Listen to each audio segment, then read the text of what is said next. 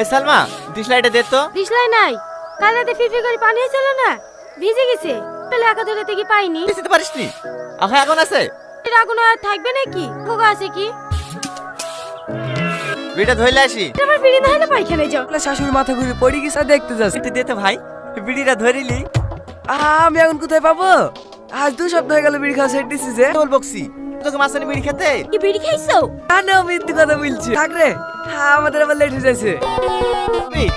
একটা ডিশলাই দাও তো। দিশলাই তো ফুরে গেছে গো। তোমার ভাই বাজারে গেছে। মালগুলা নামিলাও, মালগুলা নামিলি। ও তাতে ডিশলাইটে দাও। এই বান্ডিলটা তো তুলতে ভুলে গেছি। একবার আমল তো লোক তুমি কোন দিকে ডিশলাই লেগে বসে আছি। মেরে দিলে আসা তো দরজা ভেঙে ফেলবো, ঘরে আগুন লাগিয়ে দেবো। হ্যালো, দেখছি 5 মিনিটের মধ্যে ঢুকছি। ঘরে আগুন লাগিয়ে দেবো বুঝছিস নি?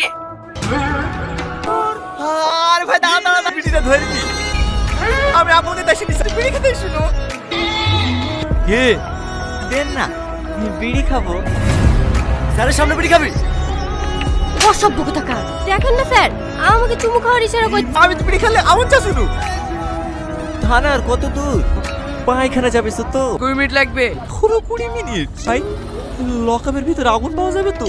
বললাম না ডেঞ্জারাস মাল। এ পুরো যাচ্ছিল, পুরো হুমকি দিছে। না চুপ।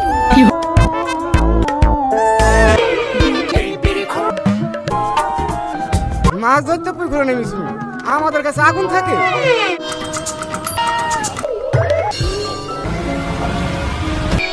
বাইরে চলে আসলাম, খাবি? নাও। এই, তুই যে সকালবেলা বললি বিড়ি খাওয়া ছেড়ে দিস। হ্যাঁ যায় চালা না। আচ্ছি এটা কষ্টের কান্না না রে ভাই, এটা সুখের কান্না। কোনটাতে? একটু কাঠে আছে, হয়ে যাবে দে। কিনা চলে যাচ্ছি যে, খাবি নি? এই পায়খানা কি খাবো? সে সকাল থেকে পায়খানা যাসনি? কিছু নাকি তাই যাবো।